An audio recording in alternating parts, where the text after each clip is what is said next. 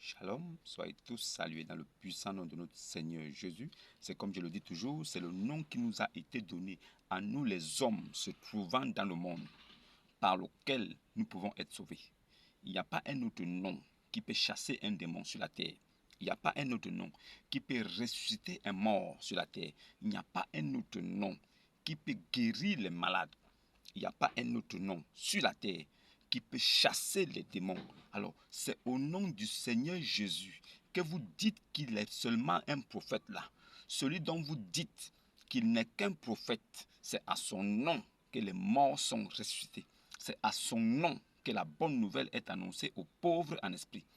Pauvres en esprit, c'est ceux qui n'ont pas encore reçu de fausses doctrines, qui ne sont pas encore esclaves de certains cultes, qui ne sont pas des religieux. Tous les religieux de la terre sont des esclaves. Les Juifs étaient tenus captifs par la loi. C'étaient des religieux. Abraham était ami de Dieu. C'est Dieu qui avait tissé son alliance avec Abraham. Abraham n'était jamais allé à Dieu. Abraham n'avait jamais commencé à faire des œuvres pour plaire à Dieu. Ça n'avait jamais été le cas. Vous qui dites que Abraham là était soumis, mais il faut me montrer le verset. Là où Abraham a commencé à adorer une idole, ou bien il a commencé à adorer quelque chose, et Dieu est venu lui dire non, tu dois m'adorer, voilà ce que tu dois faire. Ou bien Abraham s'est levé un matin, il a commencé à faire des choses, et il a dit voilà ce que je dois faire pour que mon Dieu ait pitié de moi, pour que mon Dieu prenne plaisir à ce que je fais. Non, l'alliance de Dieu, c'est Dieu lui-même qui l'établit. Jésus est venu avec la grâce et la vérité.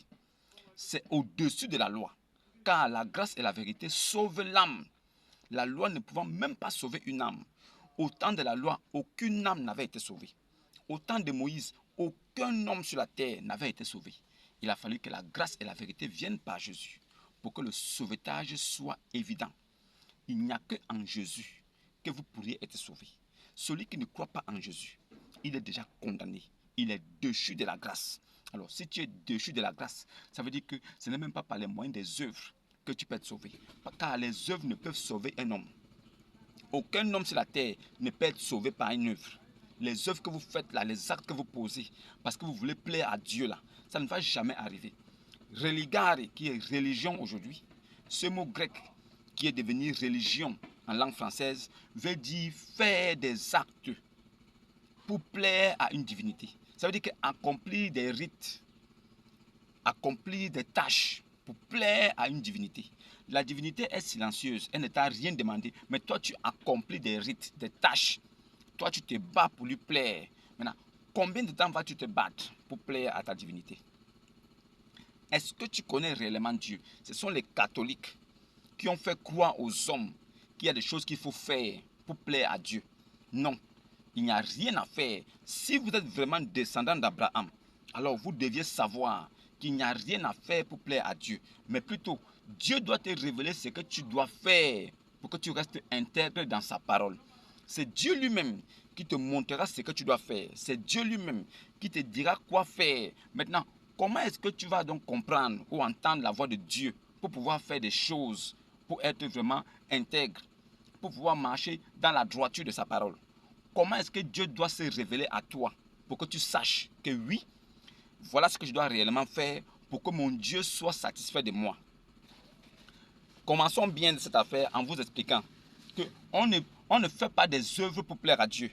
On ne se bat pas en ayant une certaine conduite pour plaire à Dieu. Non, c'est Dieu lui-même qui doit se révéler à vous. C'est Dieu lui-même qui doit vous dire ce que vous deviez faire pour que vous soyez vraiment dans sa droiture. C'est Dieu lui-même qui doit vous montrer comment marcher et ce que vous devez réellement faire pour lui plaire. C'est lui-même qui vous le dit. Maintenant, si vous prenez le livre de Dieu, il a dit, consultez le livre de l'Éternel. Car aucun d'eux, Dieu a dit, consultez le livre de l'Éternel. C'est sa bouche qu'il a ordonné. Son esprit rassemblera tous ces livres-là en un seul recueil. Il s'agit des 66 livres révélés qui seront rassemblés en un seul recueil et aucun d'eux ne fera défaut, car c'est son esprit qui les regroupera, l'esprit de Dieu qui regroupera tous ces livres-là en un seul recueil. Maintenant, Biblia, c'est la bibliothèque, c'est un assemblage de beaucoup de livres. Alors, tous les livres prophétiques, inspirés de Dieu, que des hommes ont écrits, sous l'esprit de Dieu, ces livres-là, constituent la parole de Dieu. La Torah et l'évangile sont la parole de Dieu qui était la promesse dans la Torah et la parole de Dieu qui est l'accomplissement dans l'évangile. Voilà pourquoi nous ne pouvons dissocier la Torah et l'évangile. C'est-à-dire que ces deux époques, la loi et la grâce et la vérité, constituent un seul livre qui est la foi chrétienne. Maintenant, vous qui dites que nous sommes chrétiens, vous vous réclamez d'être chrétien, non? Vous dites que vous êtes chrétien, non? Est-ce que montrez-nous dans la Bible là où c'est écrit chrétien? Montrez-nous dans la Bible là où Dieu vous a appelé chrétien. Vous voulez pratiquer la religion du christianisme, non? Donc, vous devez donc nous montrer dans la Bible là où votre Dieu vous a lui-même appelé chrétien pour que vous sachiez que oui, c'est lui-même qui vous a choisi. Si la démence et la folie ne sont pas le partage d'une personne, celle-ci ne peut pas raisonner de la sorte. Alors, il faille que tu sois possédé démoniaque, il faille que tu sois dans la démence, il faut que tu aies des envies suicidaires, répétitives, il faille que tu sois quelqu'un qui est saisi par beaucoup de démons, de djinns, pour pouvoir avoir une pensée pareille. C'est pourquoi le type là que vous suivez, qui est venu après le Christ, lui-même étant possédé par beaucoup de démons, les démons l'avaient saisi son corps au point qu'il avait des tendances suicidaires. Il pensait souvent avoir fait quelque chose alors qu'il n'avait pas fait. À des moments, il pensait avoir couché avec sa femme. Et après, il lui dit, on vient de coucher ensemble. Donc sa femme lui dit, jamais. Toi et moi, on ne s'est même pas vu depuis le matin. Il dit, ah bon? Ça veut dire qu'il avait la démence et la folie en lui.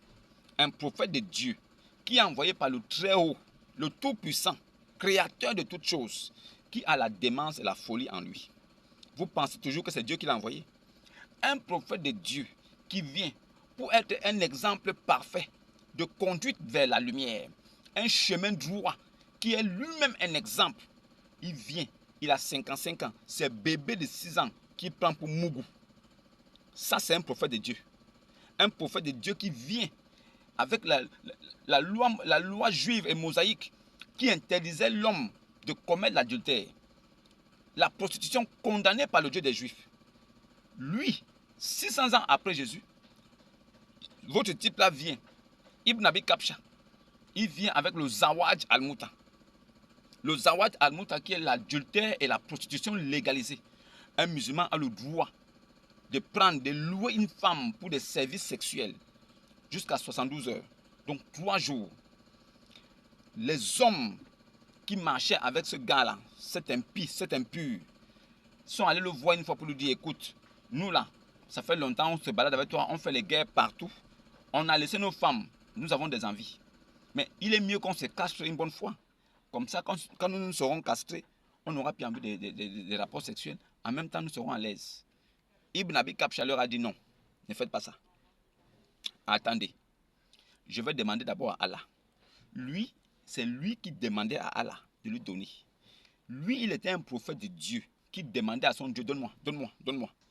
Donc le Dieu en question n'était pas capable lui-même de savoir à quel moment lui faire parvenir une révélation.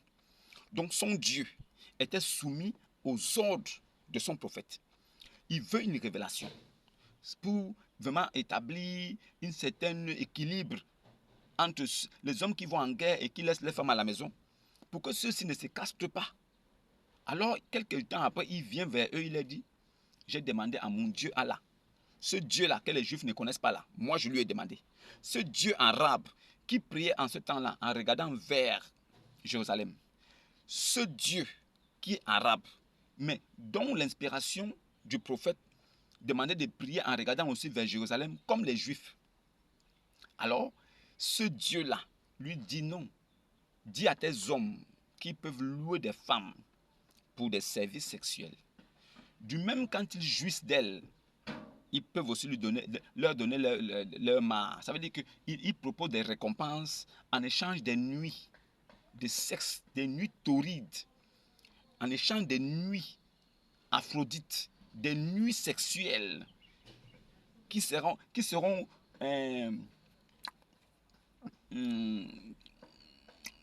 seulement sur la base du pipi.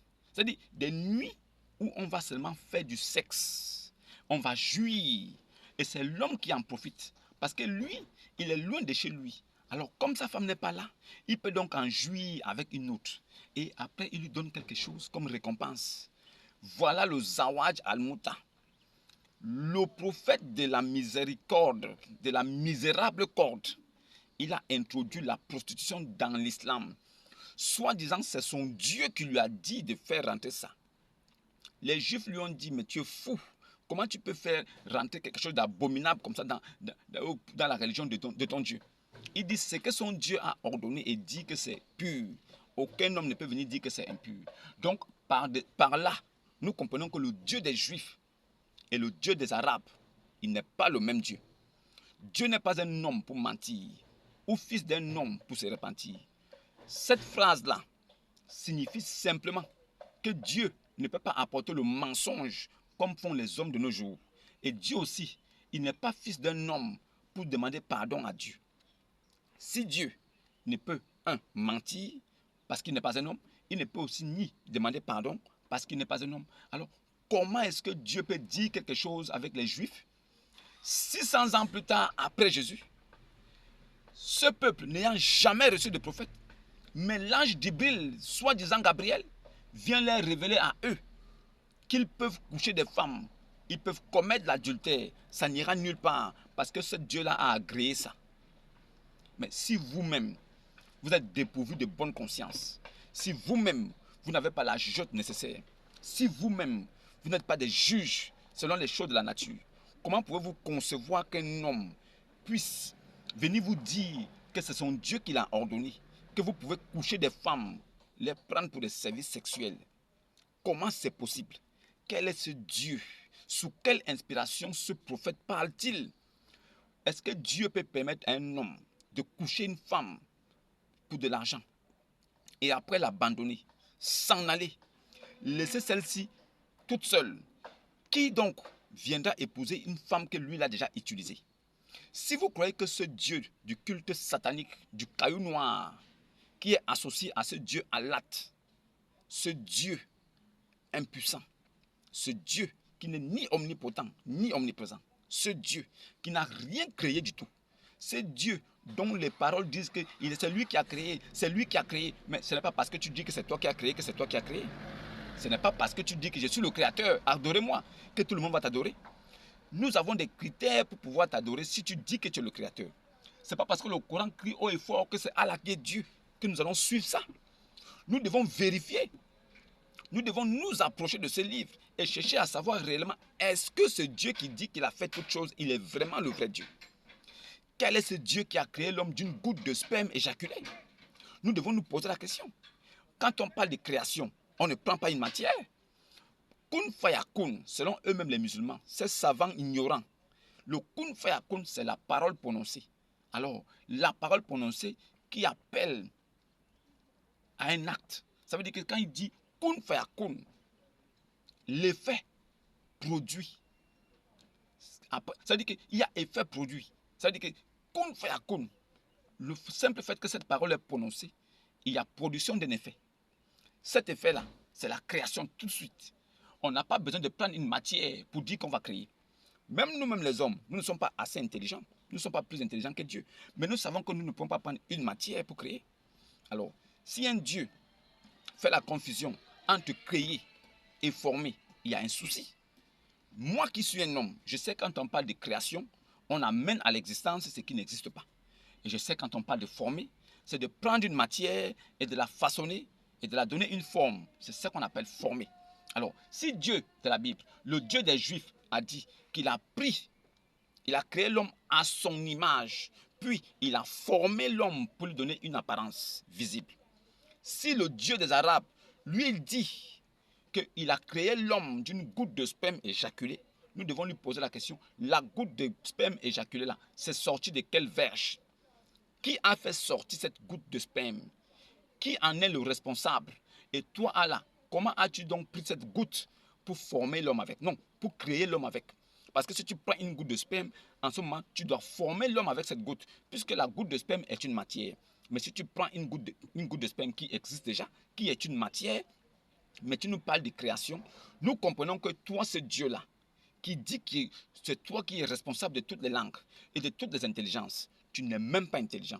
Alors, si tu montres des défaillances intellectuelles dans ta façon d'agir et de parler, nous comprenons que nous-mêmes les hommes qui sommes sur la terre, ayant plus d'intelligence que toi, nous savons que ce n'est pas toi le vrai Dieu. Alors, tu es forcément un homme, ou tu es la pensée d'un homme, parce que Dieu ne peut pas parler de cette façon. Un Dieu qui parle comme ça, c'est un homme, ce n'est pas Dieu. Maintenant, le problème qui s'oppose aussi aujourd'hui, c'est que nous ne nous réclamons même pas du même Dieu. Pourquoi? Parce que selon nous, c'est après le péché d'Adam dans le jardin que le péché est rentré. C'est-à-dire que l'homme naît avec le péché. C'est à cause de la désobéissance d'Adam et Ève dans le jardin. Vous tous, vous connaissez l'histoire qui s'est passée dans le jardin. Le serpent ancien, pas le serpent que vous voyez, que vous pensez là. On dit bien le serpent ancien. Et celui-ci marchait sur ses deux pieds. Ce serpent ancien dont on parle marchait sur ses deux pieds. Alors, le serpent ancien marchant sur ses deux pieds, qui était le chérubin sacrificateur le plus luxueux, le chérubin sacrificateur le plus élevé, le plus gradé, Lucifer, qui était l'ange porteur de lumière. C'est lui qui est caractérisé ici comme le serpent ancien. Il était beau, paré de toutes les meilleures pierres précieuses qui existent. Il a séduit Ève. Alors, Adam étant dans le jardin, n'avait jamais, ça veut dire qu'il n'avait jamais pu séduire Adam. Alors, il a fallu que la femme vienne à l'existence. Quand Dieu tira la femme de Ève après le profond sommeil qui lui fait tomber dessus, la femme fut séduite par le serpent ancien.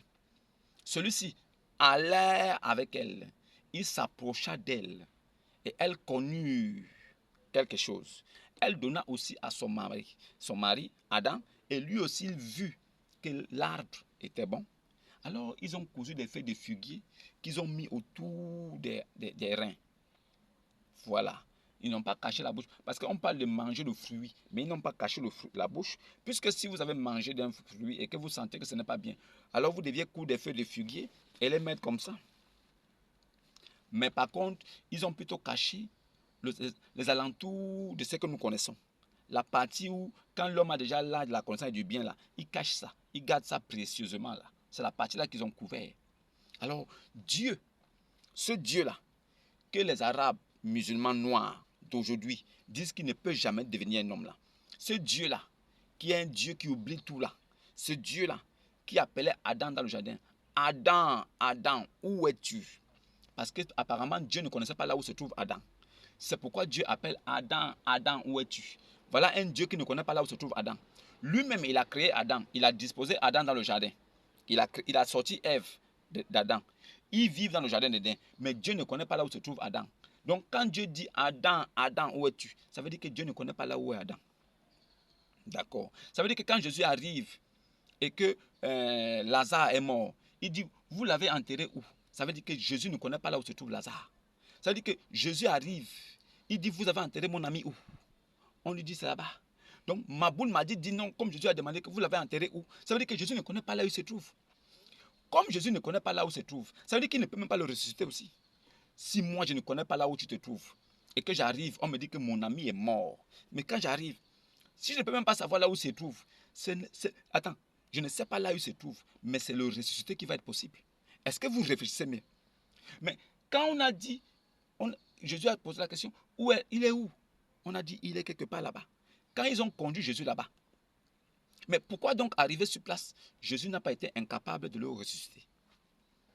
Comment Jésus a fait pour le ressusciter alors que Jésus ne connaissait pas là où il se trouve? Vous ne comprenez rien aux Écritures. Tous les musulmans qui s'attaquent aux Écritures sont des égarés, des perdus. Ils n'ont aucune connaissance. Le voile de Dieu est sur leur visage. C'est pourquoi ils ne comprennent pas. Et ils sont comme ça, des égarés. Et ça va continuer comme ça jusqu'à la fin de leur vie. Quand Dieu pose la question, Adam, Adam, où es-tu? Ça veut dire que Dieu ne connaît pas là où se trouve Adam. Mais c'est Dieu qui a créé Adam. C'est lui qui a formé Adam. C'est lui qui a disposé Adam dans le jardin comme maître de la création. Mais Dieu ne connaît pas là où se trouve Adam. Donc quand Dieu dit Adam, Adam, où es-tu? Ça veut dire qu'il ne connaît pas. Ce Dieu qui appelle Adam, Adam, où es-tu là? Adam ne peut pas le voir. Adam ne le voit pas. Mais il appelle Adam, Adam, où es-tu? Mais Adam entend quand même la parole de Dieu. Ça veut dire que Adam entend quand même que Dieu dit Adam, Adam, où es-tu? Ce n'est pas la voix de Dieu. Oh non, personne n'a jamais entendu la voix de Dieu. selon les musulmans, personne n'a jamais entendu la voix de Dieu. Personne n'a jamais vu Dieu. D'accord. Voyons d'abord avec Adam. Donc Adam, dans le jardin, créé par Dieu, lui-même, créé et formé par Dieu, vivant dans le jardin, parce que c'est Dieu qui l'a disposé là-bas. Dieu dit, Adam, Adam, où es-tu? Ça veut dire que Dieu ne connaît pas là où est Adam. Et en même temps aussi, Adam, Adam, où es-tu? Ce n'est pas la voix de Dieu. Donc Adam n'a pas entendu Dieu. Mais Adam répond quand même que je me cache. Donc Dieu parle avec Adam. Adam écoute la parole de Dieu. Adam répond à Dieu en disant, je me cache. Ça veut dire que Adam ne peut pas entendre la parole de Dieu. Il n'a jamais entendu, puisque Adam était un homme. Donc Adam n'a jamais entendu la voix de Dieu comme nous les hommes aujourd'hui. Adam aussi, il n'a jamais vu Dieu comme les hommes ne peuvent voir Dieu. Selon les musulmans, selon ceux qui n'ont rien dans la tête. C'est bien ça. Voilà, c'est très bien. Non, c'est très bien. C'est très bien. Dieu, il crée Adam. Il ne sait pas là où Adam se trouve. Il dit, Adam, Adam, où es-tu? Adam dit, je me cache. Mais Dieu lui dit, oh, comment donc tu as su que tu es nu pour te cacher?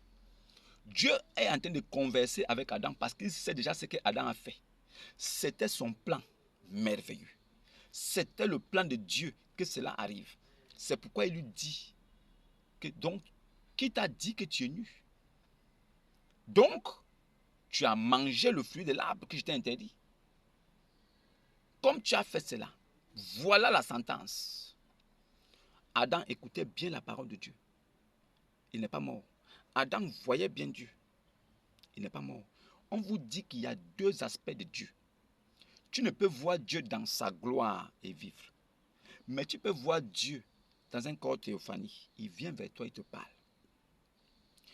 Dieu, que vous appelez Dieu là, dont vous ne connaissez pas le nom. Vous l'appelez le Père éternel. Vous ne connaissez pas son nom. Vous l'appelez le Dieu tout-puissant. Vous ne connaissez pas son nom.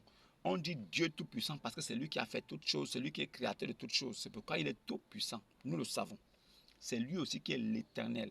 C'est là son nom. Ça ne veut pas dire que c'est son nom propre. C'est un des attributs qu'il porte. C'est lui l'alpha et l'oméga. C'est lui le premier et le dernier. C'est lui la colonne de feu. La nuit, c'est lui. Il est tout ça.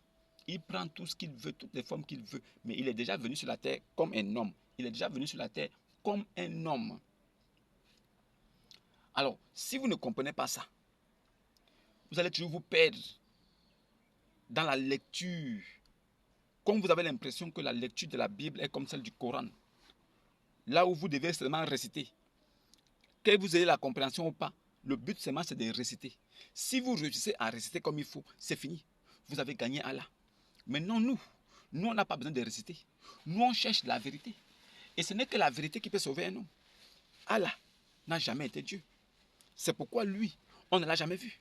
Mais Dieu des Juifs, les hommes l'ont vu, parce qu'il était le véritable Dieu. C'est pourquoi les hommes l'ont vu. Il s'est manifesté puissamment. Les hommes l'ont vu. Alors vous là, qui dites? Vous là qui dites?